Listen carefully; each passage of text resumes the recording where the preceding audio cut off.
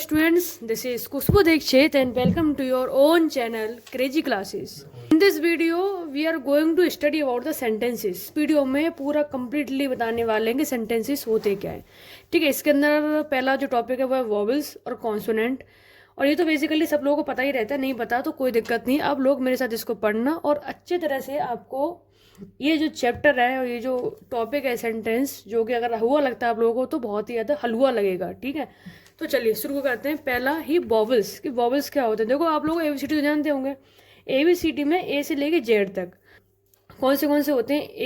A-E-I-O-U. A-E-I-O-U. Simple आप इसे याद कर लो. A-E-I-O-U ये होता है आपके वॉवल्स. कॉन्सोनेंट जो बच्चे कुचे जो और नहीं होते, सिर्फ इन पांचों को छोड़ के बाकी जो बच्चे कुचे होते हैं उन्हें हम कहते हैं क्या? कॉन्सोनेंट. क्या बोलते हैं? कॉन्सोनेंट. लेकिन यहाँ एक सवाल आता है बहुत से बच्चों के दिमाग में कि इन वॉवल्स का यूज क्या होता है. ठीक है, कि वॉवल्स का अगर हमने चलो पढ़ लिया कि A-E-I-O-U इसका ये इस वॉवल्स होते हैं, लेकिन इनका यूज क्या होता है, इन वॉवल्स को हम पढ़ते क्यों हैं. ठीक है, तो अब वो पढ़ते हैं यहाँ पे, इन्हें पढ़ते क्यों हैं. देखो आपने जितने भी सेंटेंस पढ़े होंगे आज तक, तो वो सारे सेंटेंस में ना इन वॉवल्स का यूज होता है.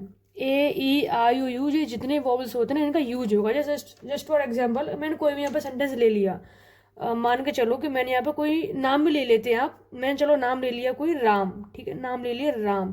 ठीक है, राम में क्या आ रहा है? कौन सा वॉवेल आ रहा है? ए का वॉवेल आ रहा है. ठीक है, इसी जगह मान के चलो मैंने ले लिया श्याम. ठीक है, श्याम.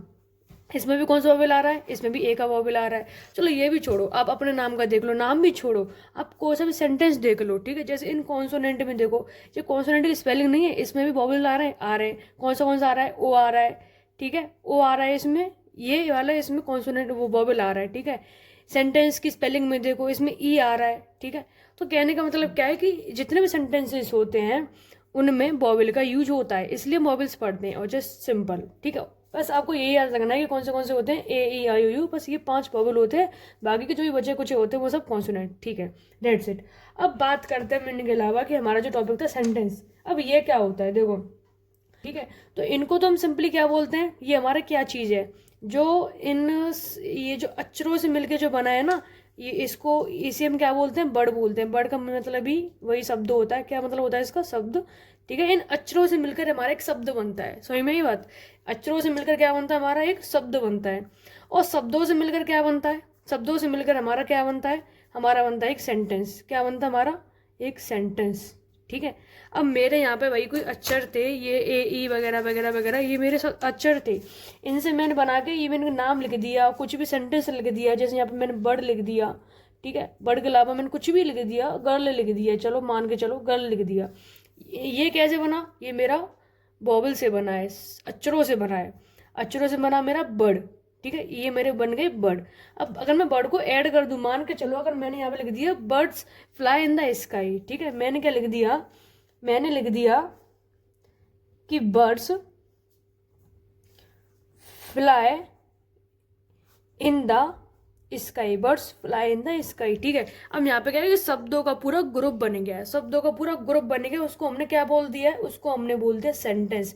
और यहीं पे बनती है सेंटेंस की परिभाषा. यहीं पे बनती है आप लोगों को सेंटेंस का क्या? डेफिनेशन. डेफिनेशन क्या बोलती है इसकी?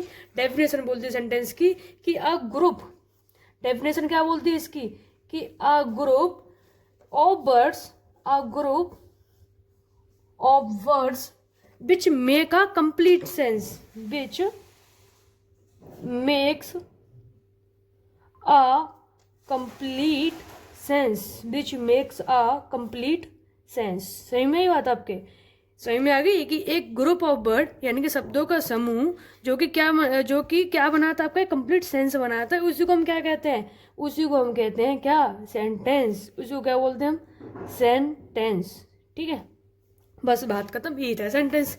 अगर हम इससे भी आगे बढ़े, आपने देख लिया पहले सेंटेंस का वॉवल्स पढ़े, आपने पढ़ा कि भैया अक्षरों से आपका शब्द बनता है, शब्दों से आपका सेंटेंस बनता है. सेंटेंस की परिभाषा ये कहती है कि जो वर्ड्स का ग्रुप होता है उसको हम सेंटेंस बोलते हैं. दैट्स इट, और कुछ नहीं है इसमें. बहुत ही हलवा चीज़ है और बहुत मज़ा आ रहा होगा आपको पढ़ने में. ठीक है, अब आगे हम पढ़ते हैं कि भाई सेंटेंस के टाइप कितने होते हैं, सेंटेंस के प्रकार कितने होते हैं. ठीक है, कितने प्रकारों से बना होता है ये सेंटेंस. तो चलिए, तो हम उसके बारे में आगे बढ़ते हैं. सेंटेंस के प्रकार कितने होते हैं, कितने टाइप होते हैं, ठीक है। सेंटेंस के बेसिकली 5 प्रकार होते हैं इसके, चाहे इसको आप काइंड कह सकते हैं, इसके टाइप भी कह सकते हैं, ठीक है। दोनों बात एक ही है कि काइंड ऑफ सेंटेंसेस या फिर टाइप ऑफ सेंटेंसेस, ठीक है। ये होते हैं 5 प्रकार के। कौन से होते हैं? असर्टिव सेंटेंस, असर्टिव को आप डिक्लेरेटिव भी कह सकते हैं, ठीक है। ये होते क्या है इसके बारे में डिटेल में पढ़ेंगे, लेकिन बेसिकली आप फिलहाल के नाम को समझ लो कि एक होता है assertive sentence, interrogative sentence, imperative sentence, exclamatory sentence और ऑप्टेटिव सेंटेंस, ठीक है। आपको ना इसकी ट्रिक देते हैं हम, इस ट्रिक के जरिए आप इसको याद कर सकते हैं। देखो ट्रिक क्या है, वो ट्रिक आप देख लो यहाँ पे। ट्रिक के माध्यम से ना बहुत अच्छे से इसको ये समझ लोगे, ठीक है। ट्रिक है इसकी अयो। ट्रिक क्या है इसकी?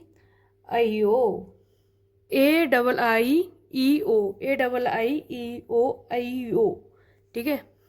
अयो इसकी ट्रिक है, AIIEO ना, यानी कि असर्टिव, इंट्रोगेटिव, इम्परेटिव, एक्सक्लेमेटरी और ओ से ऑप्टेटिव, डेट्स इट। अब बात करते हैं कि ये होते क्या हैं। असर्टिव का मतलब क्या है, इंट्रोगेटिव मतलब क्या है, इम्परेटिव मतलब क्या, एक्सक्लेमेटरी, ऑप्टेटिव का मतलब होते क्या है। देखो असर्टिव का मतलब होता है कि जब ना आप किसी से नॉर्मली बातचीत कर रहे होते हैं, ठीक है। नॉर्मली आप बात कर रहे होते हैं कि मैं लिखता हूँ, मैं सोता हूँ, मैं खाता हूँ, ठीक है।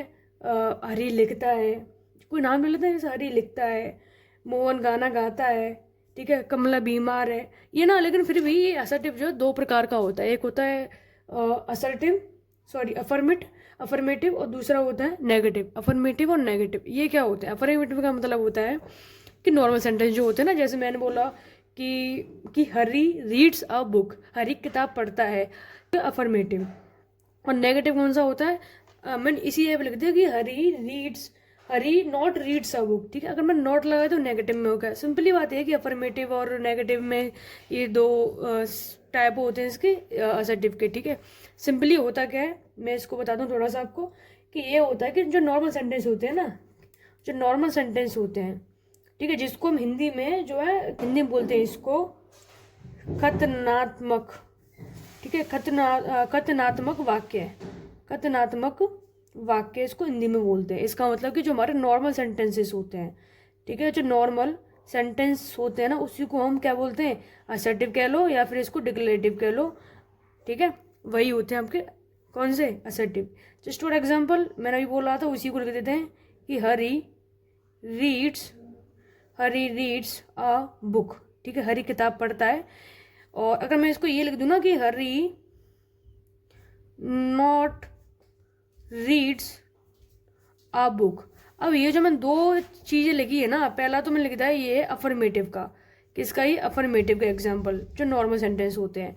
और जहाँ पे नॉट लग रहा है ना, नॉट, ठीक है, जब नॉट लग गया वो है किसका? नेगेटिव का। किसका? ये नेगेटिव का।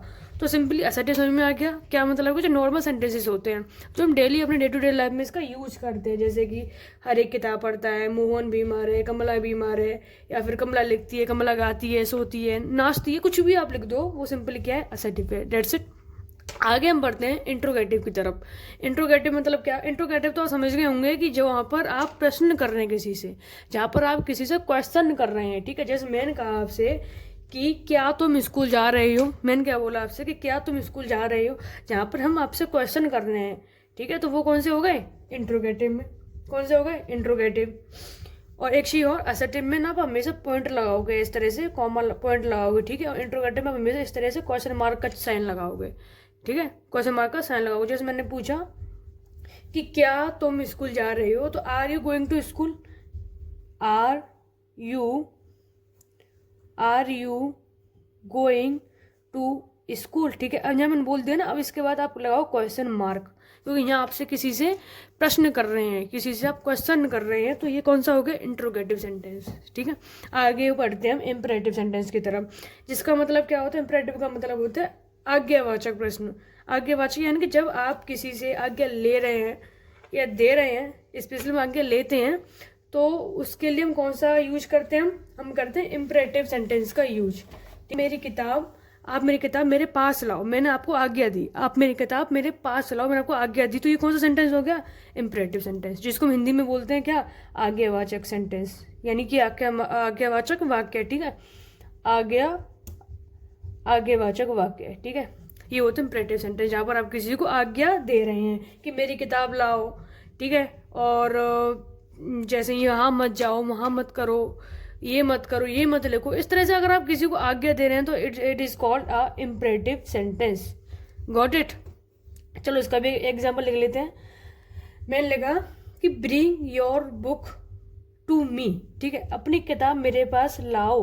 Bring your book to me, अपनी किताब मेरे पास लाओ। इसके भी पीछे फुल स्टॉप इस तरह से हम लगाएंगे, ठीक है, फुल स्टॉप लगाते हैं। अपनी किताब मेरे पास लाओ, आपने आज्ञा दी, बस ये कौन सा हो गया? इम्परेटिव सेंटेंस, बात खत्म। आगे होते हैं एक्सक्लेमेटरी सेंटेंस। एक्सक्लेमेटरी सेंटेंस का मतलब क्या होता है? जहाँ पर आप किसी को देख के ना एकदम आश्चर्य हो जाओ, ठीक है, जैसे मान के चलो हम कहते हैं ना कि हाँ ये कितना सुंदर है, कि ओ सिट ये हो गया, लाइक इस तरह के सेंटेंस जो होते हैं जहाँ पर हम एकदम शौक से हो जाते हैं, तो उसको हम क्या बोलते हैं? एक्सक्लेमेटरी सेंटेंस, ठीक है। तो जस्ट फॉर एग्जांपल, मैंने हाय मैं बर्बाद हो गया, तो लाइक इस तरह के शब्द जो कि जैसे आप हाय का यूज करते हैं, कि वाह का यूज करते हैं, ठीक है, वाह कहते हैं ना कि वाह कितना सुंदर है ये, हाय का, इस तरह के यूज जो एक्सक्लेमेटरी हम जिसको हम कहते हैं, ठीक है, जहाँ पर हम किसी को शोक भी प्रकट कर रहे होते हैं ना कि हाँ वो मर गया, लाइक इस तरह का सेंटेंस वो कौन से होते हैं? एक्सक्लेमेटरी सेंटेंस, बात खत्म। अब लास्ट बचता है आपका ऑप्टेटिव सेंटेंस। ऑप्टेटिव सेंटेंस मतलब क्या? जब हम इच्छा प्रकट कर रहे होते हैं, क्या कर रहे होते हैं? इच्छा प्रकट कर रहे होते हैं, तो उसको हम क्या बोलते हैं? ऑप्टेटिव सेंटेंस बोलते हैं, ठीक है। जस्ट फॉर एग्जाम्पल मैंने आपसे कहा ईश्वर करे कि आप एग्जाम में पास हो जाए, ईश्वर करे कि आप जो है राजा बन जाए, ठीक है, अंबानी से भी ऊपर बन जाए, इस तरह की जो मेरी इच्छा है ना और जो मैंने आपसे कही है, तो वो क्या है? ये ऑप्टेटिव सेंटेंस होते हैं, जहाँ पर आप क्या प्रकट कर रहे हैं? जहाँ पर आप इच्छा प्रकट कर रहे हैं अपनी, ठीक है, इच्छा बोधक सेंटेंस को हम क्या बोलते हैं? ऑप्टेटिव सेंटेंस बोलते हैं, ठीक है, ऑप्टेटिव सेंटेंस। जैसे फॉर एग्जाम्पल इसका भी लिख देते हैं हम एग्जाम्पल। जैसे मैंने बोला कि मे यू लाइव लॉन्ग, ठीक है, बोलते हैं ना मे यू, जैसे होता है ना आजकल बर्थडे होते हैं और हम बोलते हैं बर्थडे में happy birthday, may you live long, ठीक है, may you always be happy, like इस तरह से हम बोलते हैं ना, तो वो हमारा ऑप्टेटिव सेंटेंस होता है। कौन सा होता है? हमारा ऑप्टेटिव सेंटेंस होता है, मे यू लाइव लॉन्ग, ठीक है। चलो ये सेंटेंस पूरा हो गया। और इसमें हम क्या करते हैं? इसमें हम इस तरह का साइन लगाते हैं, एक्सक्लेमेशन का इसमें हम साइन लगाते हैं, ठीक है। और इसमें भी हम एक्सक्लेमेशन का साइन लगाते हैं। ये जो एक्सक्लेमेटरी वाला नहीं था, इसमें भी इस तरह का हम साइन लगाते हैं, एक्सक्लेमेटरी का उसको साइन बोलते हैं हम, ठीक है। तो इसमें हम ये वाले साइन का यूज करते हैं। तो यहाँ पे आपके होते हैं सेंटेंसेस के टाइप कंप्लीट, ठीक है। तो एक बार देखो फिर से पूरा रिवाइंड कर लो, पूरा रिवीजन कर लो इसका कि क्या बोला था मैंने। पहला मैंने आपको सेंटेंस के बॉबल्स कॉन्स्टेंट वगैरह बताए, ठीक है, कॉन्सोनेंट, ठीक है, आपको आई होप समझ में आ गया होगा। बॉबल मतलब क्या? ए ई आई ओ यू। कॉन्सोनेंट मतलब क्या? जो बच्चे को जैसे जितने भी आपकी अक्षरों से बनता है आपका शब्द, अक्षरों से बनता है शब्द, जैसे राम श्याम गर्ल वगैरह वगैरह वगैरह, ये सब क्या होते हैं? कॉन्सोनेंट ये वर्ड कहलाएंगे, ठीक है। अक्षरों से आपका वर्ड बन गया, वर्ड से आपका सेंटेंस बन गया। सेंटेंस की यहाँ पे मैं बोला ना कि वर्ड से सेंटेंस बना है, और यहाँ की मैं सेम यही इसकी डेफिनेशन लिख दी है, और आपको बहुत ईजी भी लग रही होगी ये कि a group of words which makes a complete sense is called a sentence. बहुत ही सिंपल है। चलो आगे हमने पढ़ा था कि सेंटेंसेस के टाइप कितने होते हैं, मैंने बता दिए 5 टाइप हो। तो इसकी मैंने ट्रिक भी आपको बताई है कि अगर 5 टाइप अगर आप पे याद नहीं हो रहा है तो आप विदाउट ट्रिक इसको याद भी कर सकते हैं। ट्रिक क्या बोली मैंने? अयो, अयो नाम की ट्रिक मैंने बोली है। अयो की स्पेलिंग AIIO, अयो, ठीक है। अयो मतलब क्या? A for assertive, I for interrogative, दूसरी I for imperative, E for exclamatory और O for optative. That simple, समझ में आ गई। और ये भी क्या क्या होते हैं वो भी मैंने यहाँ पे आपको बता दिया है। तो चलो आई होप कि आप लोगों को यहाँ तक तो अच्छी तरह से क्लियर हो चुका होगा। और आगे जो हम पढ़ने वाले हैं ना, ये तो सेंटेंस का होगी पूरी ज्ञान। अब आगे हम पढ़ने वाले हैं सब्जेक्ट और प्रेडिकेट, ठीक है। जहाँ पर मुझे पता है कि बहुत से बच्चों के डाउट भी होते हैं कि सब्जेक्ट क्या होते हैं, प्रेडिकेट क्या होते हैं, क्योंकि वो लोग ना काफ़ी ज़्यादा कन्फ्यूज रहते हैं दोनों चीज़ों में। तो इस वीडियो देखने के बाद ना आप लोगों की जो कन्फ्यूजन है वो न्यू चुटकियों में दूर होने वाली है। बस बने रहिए मेरे साथ और देखते रहिए क्रेजी क्लासेस। तो चलिए अब हम पढ़ते हैं सब्जेक्ट प्रेडिकेट की तरफ। अब लोगों को पता है ये सब्जेक्ट प्रेडिकेट होते क्या हैं? ये होते हैं कि सेंटेंसेस के पार्ट। अभी आपने क्या देखा था? वो देखा था आपने सेंटेंसेस के काइंड, यानी कि उसके टाइप, ठीक है, वो कितने प्रकार का होता है सेंटेंसेस, वो आपने ये देखा था। अब आप देख रहे हैं कि सेंटेंसेस के पार्ट कितने होते हैं। ये 2 पार्ट में डिवाइडेड होता है, एक होता है सब्जेक्ट में, एक होता है प्रेडिकेट में। समझते हैं इसको कि सब्जेक्ट और प्रेडिकेट क्या होते हैं। देखो पहले तो देखो हम इसकी हिंदी लिख देते हैं कि सब्जेक्ट का मतलब होता है क्या, उद्देश्य, उद्देश्य, और प्रेडिकेट का मतलब होता है विधेय। जो हिंदी वाले बच्चे हैं ना, जो हिंदी मीडियम से हैं, वो भी इस वीडियो को आराम से देखकर आराम से समझ भी सकते हैं, क्योंकि इसमें ना आपकी दोनों लैंग्वेज बताई जा रही हैं, हिंदी भी और इंग्लिश भी, इसलिए किसी को कोई प्रॉब्लम नहीं आएगी, चाहे आप हिंदी वाले हो चाहे आप इंग्लिश वाले हो। ओके, तो चलिए, सब्जेक्ट और प्रेडिकेट यानी उद्देश्य और विधेय। अभी होते क्या, देखो जब भी हम किसी सेंटेंस को लिखते हैं या फिर अगर हम किसी बारे में बात कर रहे होते हैं, तो आपको पता है कि या फिर हम पहले तो उस व्यक्ति का नाम लिखते हैं, किसी व्यक्ति का नाम या किसी वस्तु का नाम हम लिखते हैं, ठीक है ना। उसके बाद फिर हम उसके बारे में बता रहे होते हैं, ठीक है। मुझे पता है अभी आपको समझ में नहीं आ रहा, लेकिन जस्ट बने रहिए मेरे साथ। एक एग्जाम्पल लेते हैं, इस एग्जाम्पल के साथ में इसको समझते हैं। मान के चलो कि मैंने बोला आपसे कि मनोज बाउट द बुक, मैंने बोला आपसे कि मनोज बाउट द बुक, ठीक है। अब इसमें क्या है, इसमें सब्जेक्ट क्या है, इसमें प्रेडिकेट क्या है, इसका क्या मतलब है। अब सुनो मेरे साथ, मैंने क्या बोला था कि सब्जेक्ट और प्रेडिकेट क्या होते हैं कि जब भी हम कोई सेंटेंसेस लिख रहे होते हैं, एक तो हम उस व्यक्ति या किसी वस्तु का हम नाम लिखते हैं और दूसरा हम उसके बारे में बता रहे होते हैं। अब देखो, जहाँ मैंने व्यक्ति का या किसी वस्तु का नाम लिखा, ये मनोज कोई व्यक्ति है, मैंने इसका नाम लिखा, तो ये मेरा कहलाएगा क्या, सब्जेक्ट। ये मेरा क्या कहलाएगा, ये कहलाएगा सब्जेक्ट, ठीक है। ये क्या कहलाएगा, सब्जेक्ट। अब मैंने बोला कि अगर हम उसके बारे में कुछ लिख रहे होते हैं तो वो हमारा कहलाएगा प्रेडिकेट। बाकी का बचा कुचा क्या कहलाएगा आपका, प्रेडिकेट, ठीक है। यानी कि मैंने बोला मनोज के बारे में कि मनोज किताब खरीदता है, ठीक है, या उसने किताब खरीदी, ठीक है, बाउट है, उसने किताब खरीदी, तो बाउट था वो, यानी कि मैंने उसके बारे में बताया है, तो ये सब क्या हो गया, ये हो गया इसका प्रेडिकेट। क्या हो गया इसका प्रेडिकेट, यानी कि इसका विधेय हो गया। समझ में आई। यानी कि आप सिंपल भाषा में ये भी समझ लो कि जो आपका नाम होगा, चाहे एक व्यक्ति का नाम हो चाहे किसी वस्तु का नाम हो, वो कहलाएगा सब्जेक्ट, और बाकी के बचे कुछ जितने भी चीज़ें होंगे ना, वो सारा प्रेडिकेट कहलाएगा। अब सिंपल भाषा में इसको ऐसे समझ सकते हैं, ठीक है। तो ये थे सिंपल सब्जेक्ट और प्रेडिकेट की कहानी। इसको थोड़ा और देखो हम, और चलो एग्जाम्पल लेते हैं जिससे कि और अच्छे से समझ में आ जाए। चलो मान के चलो, मैंने बोला कि the sun rises in the east, मैंने बोला कि the sun rises in the east. अब इसको तुम ही लोग बताओ, अब बताना इसमें सब्जेक्ट क्या और प्रेडिकेट क्या है।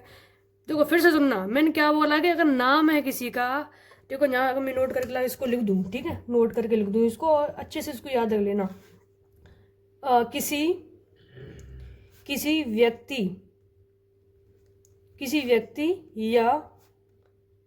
व्यक्ति या वस्तु का नाम, ठीक है, किसी व्यक्ति या वस्तु का नाम आपका क्या कहलाएगा, वही आपका कहलाएगा क्या, सब्जेक्ट। वही क्या कहलाएगा, सब्जेक्ट। और बाकी की जो भी खता है ना, वो सब क्या कहलाएगी, प्रेडिकेट। सिंपल भाषा में ऐसे समझ लो आप। और बाकी का बचा कुचा, ठीक है, हमारी नॉर्मल भाषा में बचा कुचा, बाकी का बचा कुचा क्या कहलाएगा, वो कहलाएगा आपका प्रेडिकेट, ठीक है। ये तो आपके समझने के लिए है। बाकी अगर आपको कोई पूछ भी लेना कि सब्जेक्ट प्रेडिकेट होते क्या, तो वैसे बता सकते हैं कि भाई कि जो नाम है किसी व्यक्ति या वस्तु का नाम, वो सब्जेक्ट होता है, और उसके बारे में जो बताया जा रहा है, ठीक है, वो आपका प्रेडिकेट होता है। बस जस्ट सिंपल। अब इसको बताओ, फिलहाल मैं जो क्वेश्चन किया है, मैंने बोला कि the sun rises in the east. अब इसमें जो देखो, बताओ आप पहले खुद ही बताओ कि इसमें सब्जेक्ट क्या और प्रेडिकेट क्या है। बिल्कुल सही बोला आप सब लोगों ने कि जो सन होता है ना, द सन, ये आपका क्या हो जाएगा, द सन तो आप जानते हैं क्या है ये, तो ये आपका क्या हो गया, ये सब्जेक्ट हो गया। और बाकी का ये कहाँ से होता है, ये ईस्ट से होता है।